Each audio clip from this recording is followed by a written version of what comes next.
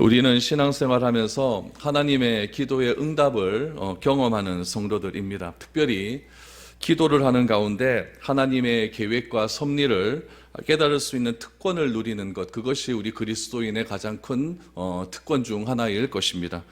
하나님을 아버지로 섬깁니다. 우리는 그분의 자녀로 인식하면서 하나님의 뜻과 나의 뜻이 일치하기를 갈망하면서 그렇게 하루하루를 살아갑니다. 이것이 다른 종교에서는 찾아볼 수 없는 아주 독특한 우리 기독교만의 모습입니다. 일반 종교는 어떻게 하냐면은 자신의 뜻을 먼저 하나 세우죠. 그리고 자신의 뜻을 관철시키기 위해서 절대자의 능력을 자신의 뜻에 끌어당기는 힘을 강구합니다. 그래서 어떤 사람은 나무에다 대고 절을 하고, 또 어떤 사람은 또 큰 우상에다 대고 절을 하면서 그 절대자가 내가 소원하고 있는 것에게 힘을 주고 도움을 달라고, 좀 이룰 수 있도록 해달라고 그렇게 간구하며 빌고 그렇죠. 그래서 그들의 기도는 어떤 기도냐면 굉장히 일방적인 기도입니다. 내가 계속적으로 간구만 하니까 일방적인 기도일 수밖에 없습니다. 그러다 보니 자기 중심적일 수밖에 없겠죠. 기도의 대상을 향한 인격적인 반응이 없기 때문에 그들의 관심은 늘 내 소원, 내 마음, 내 생각에 집중되어 있습니다. 자신의 기도와 생각이 이루어지는 여부를 따라서 절대자의 능력을 판단하며 신뢰하기도 합니다. 그래서 내가 소원하는 것이 있는데 그 소원하는 것을 어떤 절대자에게 간절히 기도했더니 그것이 어떻게 응답이 됐어요. 그러면 그 절대자는 어떤 존재가 됩니까? 좋은 존재가 되는 거죠. 내 기도, 내 소원을 들어주는 존재가 되는 거죠. 그럼 안 그렇다면 어떻게 되겠습니까? 그 나쁜 존재가 되는 겁니다. 암만 해도 기도 안 들어주는 그런 존재가 되는 것이죠. 오늘 본문에 보면 이런 일반 종교인들이 행하는 아주 독특한 아주 자기중심적 기도를 행하는 한 사람을 오늘 본문에서 우리가 찾아볼 수가 있습니다. 그 사람은 우리가 잘 아는 이스라엘의 초대왕이었던 사울이라고 하는 사람입니다. 그는 사무엘 선지자에 의해서 기름 부음을 받아서 세움을 받은 이스라엘의 왕이었습니다. 처음에는 그가 왕으로 세움을 받았을 때 스스로를 작은 자라고 여겼고 성경은 그를 가리켜서 겸손하다라고까지 말을 했습니다. 사울은 다른 사람보다 키가 굉장히 컸고 또 얼굴도 잘생긴 그런 사람이었습니다. 또한 사무엘 선지자 앞에서도 겸손히 행하는 아주 하나님 마음에 합한 그런 사람이었을 것입니다. 그런데 이스라엘의 최고 통치자가 된 이후에, 그가 왕이 된 이후에 서서히 변질되기 시작을 합니다. 특히 하나님께서 사울에게 아말렉 족속과의 전쟁에서 그 왕 아각과 그 백성과 그의 모든 소유를 진멸하라라고 명령을 하셨을 때에 가치 없고 하찮은 것만 진멸을 하고 좋은 것과 가치 있는 것은 그대로 남겨두는 범죄함을 저지르게 됩니다. 우리 사무엘상 15장 8절에서 9절 말씀을 한번 보시죠. 같이 한번 읽어보죠. 시작. 아말렉 사람의 왕 아각을 사로잡고 칼날로 그의 모든 백성을 진멸하였으되 사울과 백성이 아각과 그의 양과 소의 가장 좋은 것 또는 기름진 것과 어린 양과 모든 좋은 것을 남기고 진멸하기를 즐겨 아니하고 가치 없고 하찮은 것은 진멸하니라. 여러분, 이 사건 이후에 하나님께서는 사울을 버리십니다. 또 사무엘 선지자의 말을 빌리자면 하나님께서 이스라엘 나라를 사울 왕보다 더 나은 이웃 나라에게 주었다라고 사무엘은 그에게 말을 했습니다. 그 이웃은 우리가 잘 아는 이새의 아들 다윗입니다. 하나님께서 사울을 버리신 이후로 사울이 패망의 길을 걸어가게 됩니다.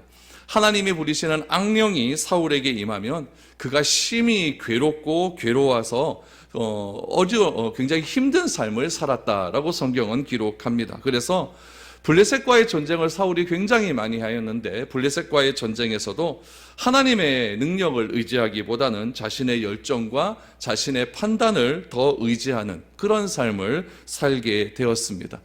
이런 삶을 살게 된 사울이 어떤 실책을 저지르느냐, 어떤 삶을 살게 되느냐, 어떤 패망의 길을 가게 되느냐가 오늘 본문에 상세하게 나와 있습니다. 오늘 본문 3절 말씀을 한번 보시면 사무엘이 죽었으므로 온 이스라엘이 그를 두고 슬피 울며 그의 고향 라마에 장사하였고 사울은 신접한 자와 박수를 그 땅에서 쫓아내었더라 라고 말합니다. 오늘 본문을 시작할 때 3절은 오늘 본문의 배경이 되는 말씀입니다. 사무엘이 죽었다라고 말을 하지만 사무엘은 이미 사무엘상 25장에서 죽었습니다. 사무엘이 죽고 그 다음에 어떤 일들이 이해가느냐라고 말을 하냐면은 사울은 신접한 자와 박수를 그 땅에서 쫓아내었다라고 말하죠. 신접한 자 박수, 점쟁이와 무당을 이야기합니다. 점쟁이와 무당을 이스라엘 땅에서 쫓아내었다라고 말을 하는데 이 쫓아낸 사건은 지금 일어난 사건이 아닙니다. 언제 일어난 사건이냐면은 사울이 굉장히 성령으로 충만했었을 때, 사울이 하나님을 신실하게 따랐을 때, 그때가 언제였을까요? 사울이 왕이 된 직후 아니겠습니까? 그때 이런 일을 행했다라는 이야기죠. 사울이 왕이 되고 난 다음에 그 땅에 있는 모든 박수와 무당들, 신접한 자들, 또 점치는 자들을 그 땅에서 다 쫓아내었다라고 말을 합니다. 지금 사무엘이 죽었다라는 것을 강조합니다. 그리고 무당과 점쟁이들을 쫓아내었다는 것을 강조하고 있습니다.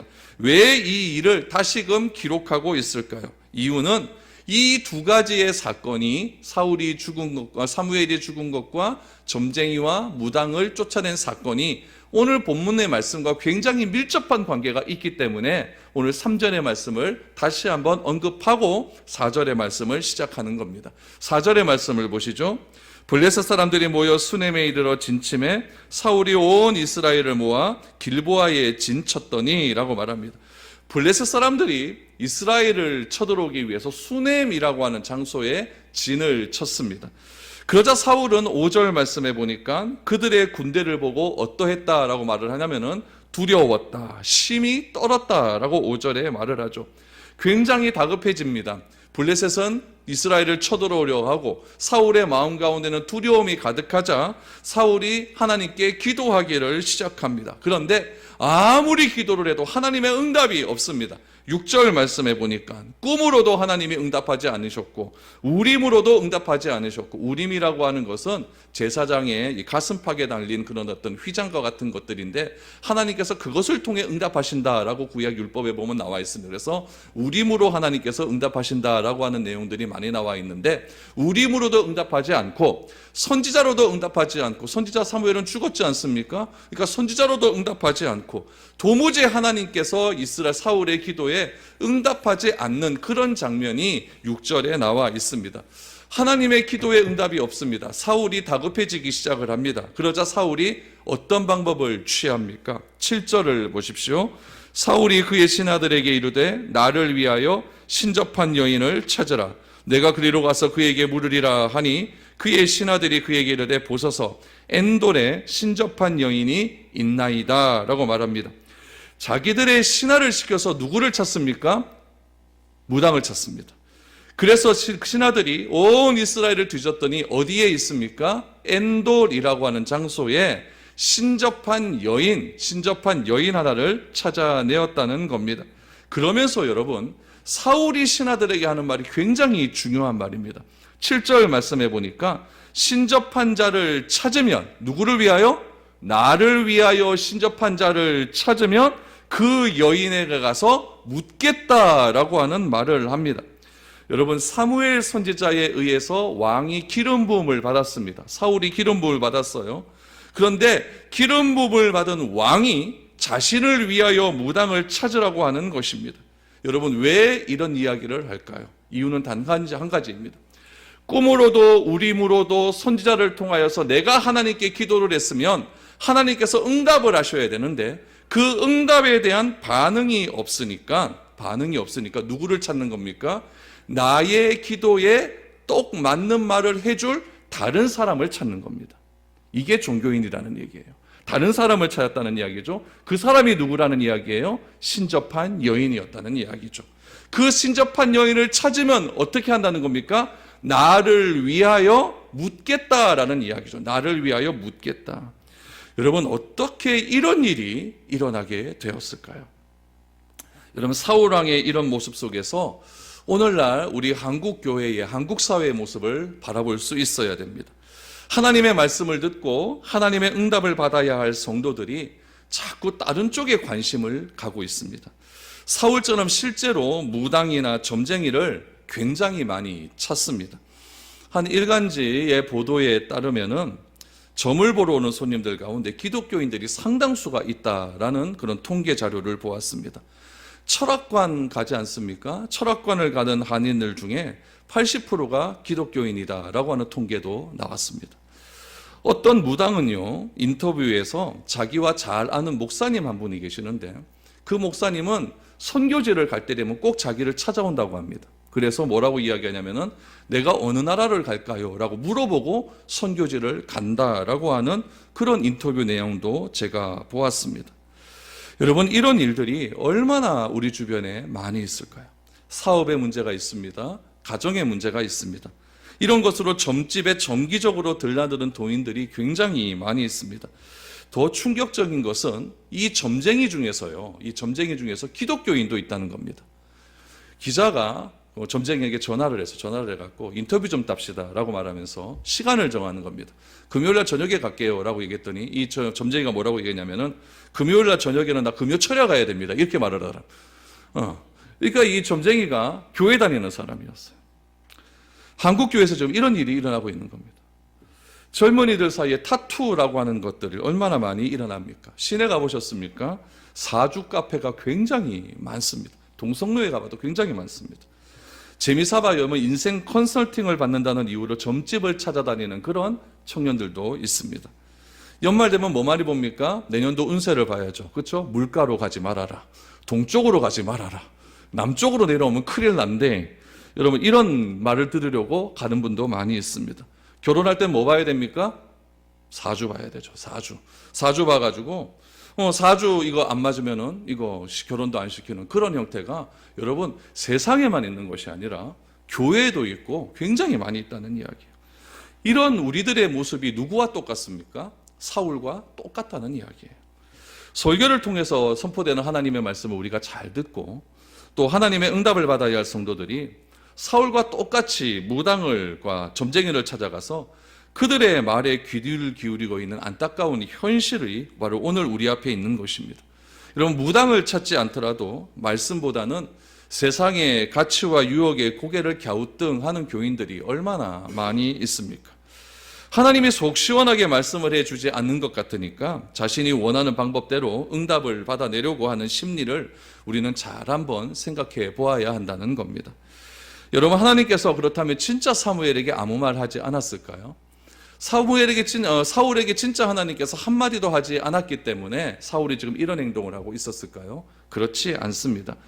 사울에게 하나님께서는 틀림없이 말씀을 하셨습니다. 말씀을 하셨는데 그 말씀이 어떤 말씀이냐면은 사울이 듣기에 싫은 말인 거예요. 사울이 좋아하는 말, 사울이 기분 좋은 말, 사울에게 복 주시는 말을 하면은 사울이 그 말을 잘 알아듣고 마음에 새겼을 것인데 오히려 사울에게 저주하는 말, 내가 너를 버렸다고 하는 그런 기도의 응답이 오니까 사울이 굉장히 그 말을 듣고 화가 나고 마음에 담아두지 않는다는 이야기죠. 실제로 그 본문을 한번 찾아보도록 하겠습니다. 사무엘상 15장 28절 말씀, 우리 자막을 보면 나옵니다. 15장 28절 같이 한번 읽어보죠. 시작. 사무엘이 그에게 이르되 여호와께서 오늘 이스라엘 나라를 왕에게서 떼어 왕보다 나은 왕의 이웃에게 주셨나이다 라고 말합니다. 이거는 하나님께서 사무엘을 통해서 사울에게 주신 말씀입니다. 사무엘이 그에게 이르되 여호와께서 오늘 이스라엘 나라를 왕에게서 떼어 왕보다 나은 왕의 이웃, 누굴까요? 다윗입니다. 다윗에게 주셨다라고 하는 말씀을 분명히 하셨습니다. 그런데도 그가 어째서 무당을 찾았을까요? 이유는 분명합니다. 사울이 원하는 대답이 하나님에게서 나오지 않기 때문에 그렇다는 이야기입니다. 사울을 향한 하나님의 응답은 무엇이었냐면은 왕의 자리에서 내려오는 것이었습니다. 하나님의 말씀대로 순종하여서 그 말씀대로 나라를 통치하지 않는 왕은 하나님에게서 더 이상 필요가 없다는 이야기예요. 이스라엘의 왕은 철저하게 하나님 중심으로 살아가야 되는 그런 왕이었기 때문에 하나님의 말씀대로 하나님의 뜻대로 나라를 통치해야 됩니다. 그런데 사울은 그러하지 못했기 때문에 하나님께서 사울을 버려서 이제 다윗에게 주겠다라고 분명히 말씀을 하셨거든요. 하나님이 세우신 왕은 그렇기 때문에 자신의 뜻이 아니라 하나님의 뜻과 말씀대로 나라를 통치하는 것이 맞습니다. 하나님은 사울에게 여러 차례의 기회를 주셨습니다. 그럼에도 불구하고 끝까지 말씀을 거부하고 사울 자신의 생각을 하나님께 지금 강요하고 있는 겁니다. 어떻게 강요하고 있는 걸까요? 하나님은 나를 이 자리에서 내려오라고 하지만 나는 못 내려가겠습니다. 이겁니다. 나는 못 내려가겠습니다. 그러니까 하나님, 나를 이 자리에 계속 있을 수 있도록 해주세요. 이렇게 지금 하나님께 강요하고 있는 거죠. 오죽하면 하나님께서 사울의 이런 강요에 못 이겨서 선지자 사무엘에게 이런 말까지 합니다. 사무엘상 15장 11절 말씀을 보시죠. 같이 읽죠. 시작. 내가 사울을 왕으로 세운 것을 후회하노니 그가 돌이켜서 나를 따르지 아니하며 내 명령을 행하지 아니하였음이니라 하신지라. 사무엘이 근심하여 온 밤을 여호와께 부르짖으니라. 하나님이 사울을 왕으로 세운 것을 후회하시는 지경까지 이르게 되었다라는 거죠. 후회하는 이유가 무엇입니까? 내 말을 듣지 않고 내 명령을 행하지 않았기 때문이다라는 이야기죠. 사울은 하나님으로부터 동일한 하나님의 말씀을 2번이나 이렇게 받았습니다. 그리고 또다시 오늘 보면 6절 말씀에 보면 또다시 하나님께 묻기를 시작합니다. 이제는 자신이 블레셋 군대를 무찌르고 다시 왕으로서 자신의 입지를 굳건하게 하려고 하는 그런 심리적인 요인이 강하게 있었던 것 같습니다. 지금 악령에 휘달려서 막 흔들리고 있는 상황 아닙니까? 그러니까 여론도 안 좋을 것 아니에요. 왕이 좀 이상하다. 왕이 이상하다. 그러니까 왕이 이럴 때일수록 뭔가 큰 이벤트 하나 벌여가지고 아주 멋있다라는 것을 딱 부각시켜버리면은 그 여론도 다시 왕에게 집중될 것 아닙니까?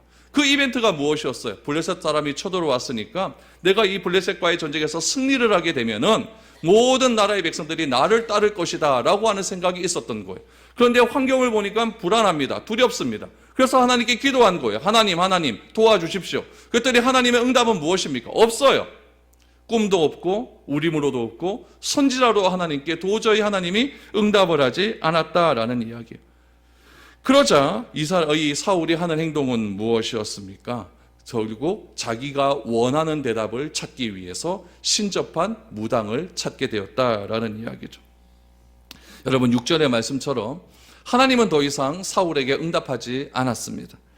왜 응답하지 않았냐면은 이미 충분히 하나님이 응답이 주어진 상황이었기 때문에 그렇습니다. 하나님의 응답이 충분히 주어졌음에도 불구하고 자신의 원하는 대로 응답을 하려고 하는 사울의 마음을 하나님은 너무나 잘 아셨기 때문에 더 이상 하나님은 응답할 필요성을 느끼지 않으셨던 것입니다. 여러분 우리도 마찬가지입니다. 우리가 간절히 하나님께 기도합니다. 다 기도하지 않습니까? 간절히 기도를 합니다. 그런데 간절히 내가 기도를 하고 있음에도 불구하고 나의 기도가 응답이 되지 않을 때는요, 좀 곰곰이 생각을 좀 한번 해보셔야 됩니다. 이미 하나님께서 말씀에 근거해서 하나님의 응답이 나에게 여러 참에 왔음에도 불구하고 여전히 나의 생각과 나의 고집대로 응답하려는 태도는 있지 않는가? 진지하게 고민해 봐야 됩니다. 하나님의 말씀은 여러분 말씀을 통해서도 설교를 통해서 응답받을 수도 있고 여러분 기도하면서 찬양을 하면서도 응답받을 수가 있고 또 어느 날 내가 그 문제 갖고 곰곰이 고민을 하고 있는데 어떤 분이 턱 와서 던진 말이 그게 하나님의 응답일 수도 있고 한 카톡 내용이 응답일 수도 있고 다양하게 하나님께서 그 사람에게 말씀을 주시는 경우가 있다는 이야기입니다. 그런데 우리가 민감하지 못하고 우리가 이상하게 우리의 생각은 무엇이냐면 뭔가 내 앞에서 뭐가 일어나고 막 번쩍이는 것이 일어나고 그래야 하나님의 응답이라는 것을 자꾸 생각하기 때문에 그렇다는 거예요. 하나님은 그렇게 응답하시는 분이 아니시거든요. 그래서 하나님의 응답과 나의 생각이 무조건 같아야 한다는 생각은 오늘 이 시간부터 버리시기를 바랍니다. 하나님의 생각과 나의 생각이 다르다고 한다면 누가 포기해야 될까요? 내가 포기하는 것이 맞습니다. 내가 포기해서 하나님의 뜻에 맞도록 내 삶의 방향을 바꾸는 것이 맞지 끝까지 고집을 해서 땡깡을 부리는 일은요 2살짜리 3살짜리가 이마트 가서 장난감 사달라고 땡깡 부리는 행위와 똑같은 행동이에요. 똑같은 행동이에요. 때로는 나의 모든 것을 내려놓는 것이 하나님의 응답일 수도 있다는 겁니다. 오늘 본문의 사울처럼 자신의 기득권을 완전히 포기하지 못하는 안타까운 상황이 사울로 하여금 자꾸만 잘못된 길로 가게 만들어가고 있는 것입니다.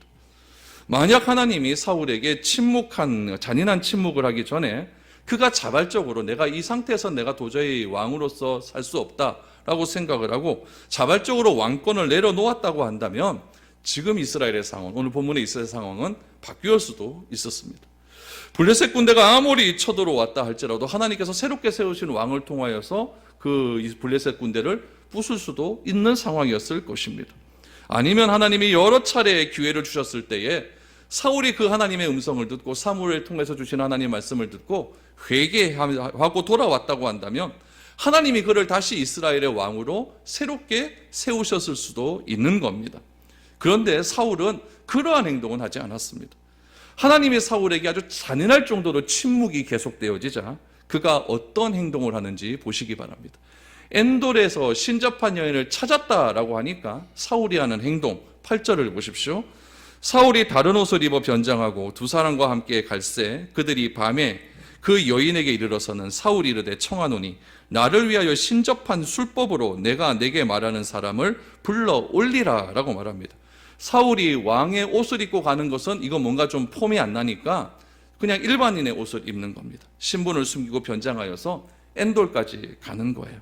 엔돌에 있는 무당을 찾아가는 거죠.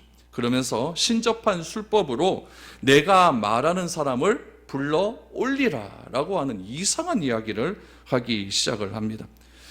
여러분, 사울이 그러자 신접한 여인이 무엇이라고 이야기하냐면은 이전에 사울이 구절해 보니까 이전에 사울이 이 땅에 있는 모든 무당과 접신한 사람들 다 잡아 죽여놓고 다 땅에서 쫓아내어놓고 왜 이제 와서 나에게 이런 짓을 하느냐, 내가 뭐 무당 짓을 하다가 또 당신에게 의해서 내가 죽임을 당하면 어떻게 하겠느냐, 이렇게 이야기를 했더니 10절 보니까 사울이 이렇게 이야기합니다. 여호와의 이름으로 그에게 맹세하여 이르되 여호와께서 살아계심을 두고 맹세하노니 내가 이 일로는 벌을 당하지 아니하리라. 여러분, 하나님이 혐오하시는 무당을 위해 누구의 이름을 들먹입니까? 여호와 하나님의 이름을 들먹이고 있습니다. 사울의 완전히 정신 나간 모습입니다. 자신의 뜻을 이루기 위해서, 자신이 목적한 바를 위해서 누구의 이름을 들먹이고 있냐면은 하나님의 이름을 들먹이고 있습니다. 여러분, 하나님의 거룩한 말씀보다 점쟁이의 말을 더 의존하는 사람의 형태에 우리는 분노를 느껴야 됩니다. 또한 자신의 어떤 목적을 달성하기 위해서 하나님의 이름을 이렇게 가벼이 여기는 이런 행동에 대해서는 더 큰 분노를 가져야 되죠. 구약시대 때는 여러분 오늘날처럼 인쇄기술이 발달되지 않았기 때문에 무엇인가 책을 하나 만들면 그 책이 사람들에게 보편적으로 전달되는 것이 힘들었습니다. 그렇기 때문에 내가 책을 하나 쓰면 그 책을 어떻게 해야 됩니까? 필사를 해야 됩니다. 성경을 필사하는 사람을 무엇이라고 했냐면 서기관이라고 이야기했습니다. 그래서 서기관이라고 하는 직책은 하나님의 율법을 그대로 필사하는 사람이었습니다. 이렇게 필사를 하다가 하나님이라고 하는 말이 나오면 이 서기관은 어떻게 했는지 아십니까? 그 자리에서 그 붓을 갖다 버렸습니다. 자기가 그동안 써왔던 붓이 불경하다는 이야기죠. 갖다 버리고 새 붓을 갖고 오든지 아니면 그 붓을 깨끗하게 씻습니다. 깨끗하게 씻어서 하나님을 다시 뺏기기 시작하는 거예요. 그러다가 이 하나님이라고 하는 말 자체를 너무나 우리 죄된 인간이 부른다는 것이 말이 안 되니까 새로운 말을 만들었어요. 그것이 무엇이냐면은 헬라어로 아도나이라고 하는 주라는 말을 만든 겁니다. 그래서 우리가 하나님을 향하여 주님이라고 말을 하는 것은 이 죄인된 인간이 하나님이라고 하는 말을 사용하는 것이 너무나 불경하다는 거예요.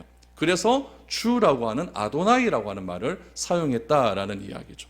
여러분, 그만큼 그 시대의 사람들은 죄인된 사람이 하나님이라고 하는 말을 부르는 것을 너무나 불경스럽고 너무나 죄스럽게 생각을 했다는 이야기죠. 그런데 사울은 하나님의 거룩한 이름을 빙자해서 엔돌의 무당에게 자기를 위하여서 죽은 사람 하나의 영을 불러내달라라고 이야기를 하는 겁니다. 신접한 여인은 주술 행위의 과정에서 사울의 정체를 알게 되어 소리를 지르며 난리가 나는 거죠. 12절을 보십시오. 여인이 사무엘을 보고 큰 소리로 외치며 사무엘에게 말하여 이르되 당신이 어찌하여 나를 속이셨나이까? 당신이 사울이시니이다 라고 말합니다. 사울의 눈에는 안 보이지만은 이 여인의 눈에는 한 노인의 모습이 들어왔습니다. 그 노인의 모습을 12절에 보니까 사무엘이다 라고 이야기를 합니다. 15절의 이하에를 보도 그 영을 사무엘이라고 부르고 있지만은 실제 오늘 본문 말씀을 보시면은 사무엘의 영이라고 볼 수 있는 대목은 없습니다. 왜 그렇습니까? 성경 전체의 가르침 자체는 여러분 어떤 것을 가르치고 있냐면은 믿는 자는 죽으면 죽시 그 영은 하늘 낙원으로 올라가기 때문에 그렇습니다. 오늘 13절 말씀에 땅에서 불러내었다라고 말을 하고 있거든요. 이 이야기는 왜 그러냐면은 그 시대의 배경을 조금 알아야 됩니다. 그 시대에는, 고대 근동에는 죽은 자의 영을 땅에서 불러내는 것을 무엇이라고 이야기하면 초혼이라고 이야기합니다. 결혼 처음 하는 사람을 초혼이라고 하는 것이 아니라 처음으로 혼을 불러내어서 접신한다라고 하는 의미에서 초혼이라고 하는 말을 많이 사용을 했습니다. 그래서 이 초혼을 하는 그런 무당들과 신들이, 점쟁이들이 굉장히 그 시대에는, 그 근동 아시아에서는 많이 있었다는 이야기죠. 그래서 그런 죽은 홀년들 땅에서 불러내어서 사람과 연결시켜주는 중매쟁이들이 굉장히 많았다는 거예요. 그 사람들이 누구였냐면 오늘 본문에 나타난 이런 무당과 같은 사람들이었습니다. 그런데 여러분, 민수기나 신명기 같은 것을 보시면은 구약 성경에서는 일관되게 그런 사람들을 쫓아내라고 이야기합니다. 쫓아내고 돌을 들어서 쳐 죽이라고 말을 합니다. 사울이 이스라엘 땅 가운데 사울이 왕으로 등극하고 난 다음에 그 무당과 점쟁이를 쫓아낸 이유는 무엇이냐면은 이런 하나님의 말씀에 철저하게 순종했기 때문에 그 땅에서 이런 모든 것들을 쫓아내었다라고 이야기를 한 겁니다. 본문에서는 여러분 사무엘의 영이라고 말을 하고 있지만 여러분 그렇게 볼 수는 없습니다. 오늘의 본문을 가지고 죽은 자의 영을 우리가 불러낼 수 있느냐 없느냐, 여러분 이것도 정확하게 말을 할 수는 없습니다. 그러나 분명한 것은 무엇이냐면 성경은 우리에게 이런 것을 가르치고 있습니다. 사탄과 같은 악령은 변장의 능수라다는 이야기예요. 고린도후서 11장 14절 말씀에 보면은 이렇게 이야기하죠. 이것은 이상한 일이 아니니라. 사탄도 자기를 광명의 천사로 가장한다라고 이야기를 합니다. 여기서 우리가 중요하게 생각해야 될 것이 있습니다. 사탄이 아무리 변장의 능수논란한다 할지라도 하나님의 주권 아래 있다는 사실을 여러분 꼭 기억하셔야 됩니다. 16절에서 18절 말씀을 보시면, 특별히 17절 말씀을 보시면 우리가 앞에서 읽었던 사무엘상 15장 28절의 말씀을 똑같이 하고 있습니다. 그 말씀이 무엇입니까? 하나님은 당신을 버려서 왕의 이웃에게 그 나라를 주었다라고 하는 말을 똑같이 하고 있습니다. 하나님이 이미 여러 번 말씀하신 대로 이스라엘 나라를 사울의 손에서 떼어 다윗의 손으로 넘겨주시겠다는 거예요. 그게 누구의 뜻입니까? 하나님의 뜻이라는 이야기예요. 하나님께서 하나님의 응답을 동일하게 사울에게 들려주시기 위해서 악령까지도 완벽하게 통제하고 있다는 사실을 오늘 본문을 통해서 알 수 있다는 이야기예요. 욥기서에서도 보면은 이 사탄이 하나님을 찾아갑니다. 찾아가서 이 땅 가운데 참 많은, 하나님께서 그 사탄에게 자랑을 하죠. 이 땅 가운데 이렇게 신실한 자가 없다라고 이야기하니까 사탄이 이야기를 하죠. 뭐라고 이야기하냐면 하나님이 재산 많이 주고 자녀들에게 복 많이 줘서 그 욥이라고 하는 사람이 그렇게 신실하게 따르는 겁니다. 그랬더니 하나님이 뭐라고 얘기해요? 그러면 다 뺏어가 봐라. 다 뺏어가 봐라. 그 대신에 목숨만은 절대로 뺏어가지 말아라 라고 이야기를 하고, 사탄이 하나님의 허락하에 욥에게 재앙을 주기 시작합니다. 재산을 다 빼앗아가고 자녀들까지 죽이는 그런 굉장히 큰 어려움을, 시련을 주기 시작했다는 이야기예요. 여러분, 사탄이 욥에게 그런 시련을 준 이유는 무엇입니까? 하나님의 허락이 있었다는 이야기예요. 사울왕이 버림을 받은 후로 하나님이 부리시는 악령이 사울에게 임합니다. 중요한 것은 하나님의 영이 떠나갔을 때 사람이 어떻게 되어지는가, 이것이 오늘 본문에서 중요하다는 이야기예요. 진짜 영을 끄집어내니만이 그 영이 사무엘이만, 이걸 말하고 싶은 것이 아니에요. 오늘 본문은 하나님의 영이 떠나갔을 때 사람이 어떻게 되어져가는, 이게 중요하다는 이야기예요. 한때 사울은 하나님의 영이 사울에게 임하지 않았습니까? 왕이 되었을 때 하나님의 영이 임하자 사울은 겸손한 사람이라고 성경은 말합니다. 그 이후에 사울은 그 자리를, 왕의 자리를 자기의 힘으로 지키기 위해서 다윗에 대한 시기 질투에 사로잡혀 모든 국력을 다 동원하여 자기의 정적을 제거하는 데는 최선의 노력을 다합니다. 전부를 다 버려버립니다. 하나님의 영도 잃어버리고 하나님의 마음도 잃어버리고 하나님의 뜻도 잃어버리고 남은 것은 뭐밖에 없었느냐? 사울의 군대밖에 없었어요. 그래서 그 남은 사울의 군대를 가지고 다윗을 죽이기 위해서 얼마나 애를 많이 썼습니까? 그런 사람이 결국 최후에 하는 일이 무엇입니까? 결국 막판에 가자 무당 찾아가서 내 뜻에 내 마음에 맞는 그 말 해달라고 지금 고집을 부리고 있는 거예요. 그리고는 사무엘의 영을 불러달라. 이거 말도 안 되는 일을 하고 있는 거죠. 여러분, 그 영이 진짜인지 가짜인지 하나도 중요하지 않습니다. 우리가 보게 되는 것은 무엇이냐면은 하나님의 사람이 그의 임재를 떠나버리게 되면, 하나님의 진리의 말씀과 그 말씀에 따르는 순종함을 놓쳐버리게 되면 신앙인이, 그리스도인이 얼마나 초라한 꼴이 되어지는지, 얼마나 비참한 꼴이 되어지는지 그 모습을 지금 오늘 본문에서 잘 보여주고 있다는 이야기예요. 하나님이 우리가 원하는 대로 응답해 주지 않아도 그분의 응답에 겸손하게 받아들일 수 있는 그런 마음가짐이 우리 가운데 있어야 됩니다. 여러분, 그것이 믿음입니다. 나의 생각에 따라 응답을 얻으려고 하다 보면은 하나님 말씀 이외에 자꾸 다른 것에 우리의 시선이 빼앗기게 되는 겁니다. 하나님은 아니라고 하는데 나는 그거 갖고 싶으니까 자꾸 어느 쪽에 시선을 빼앗겨요. 내가 갖고 싶은 그것에 자꾸 시선이 빼앗겨지게 되는 거죠. 그러다 보면은 정작 중요한 가치인 하나님의 가치는 우리가 자연적으로 놔버리게 되는 겁니다. 사울왕처럼 실제로 무당이나 점쟁이를 찾아가서 접신을 요구하는 어처구니 없는 짓까지 하게 된다는 이야기입니다. 한 해의 끝자락입니다. 우리가 새해를 준비하면서 어떤 일을 계획하고 있을 것인데 우리 인생을 향한 하나님의 계획과 응답이 무엇인지 바르게 잘 분별할 수 있기를 원합니다. 저는 여러분들이 간절히 기도하면 하나님께서는 반드시 여러분들에게 어떠한 방법을 써서라도 하나님께서 여러분들에게 메시지는 주신 줄 저는 믿고 있습니다. 말씀으로 주시고, 기도하는 데 주시고, 생활하면서 주시고, 어떤 사람의 말 한마디로 주시고, 또 어떤 경우는 이런 경우도 있어요. 어떤 사람이 그냥 따뜻하게 손 한번 잡아줬는데 그게 하나님의 손길인 것 같아요. 그래서 훅 눈물이 나면서 하나님 감사합니다. 이런 경우도 있다는 이야기예요. 여러분, 하나님의 응답과 내 생각이 갈수록 일치가 되는 놀라운 은혜가 우리 가운데 넘쳐나야 됩니다. 그래서 예수님은 우리에게 이렇게 말씀을 하십니다. 제자들이 와서 주님, 세례 요한의 제자들도 세례 요한도 제자들에게 기도를 가르쳐 주는데 우리도 기도를 좀 가르쳐 주십시오 라고 말을 합니다.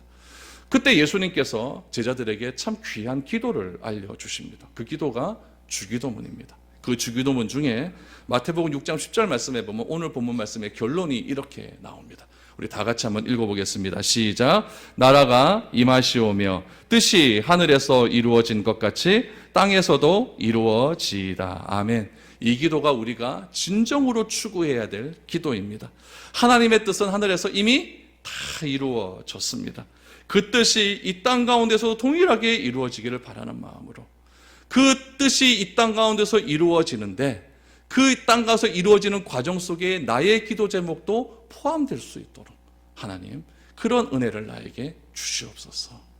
이런 은혜가 우리 삶 가운데 넘쳐날 수 있기를 소망합니다. 그래서 쓸데없이 무당 찾아다니지 마시고, 점 보지 마시고, 인터넷 보면서 오늘의 띠별 운세 이런 거 보지 마시고 여러분, 하나님의 뜻이 무엇인지를 먼저 잘 분별하셔서 그 뜻대로 기도할 수 있는 저 여러분 될 수 있기를 주님의 이름으로 축복드립니다.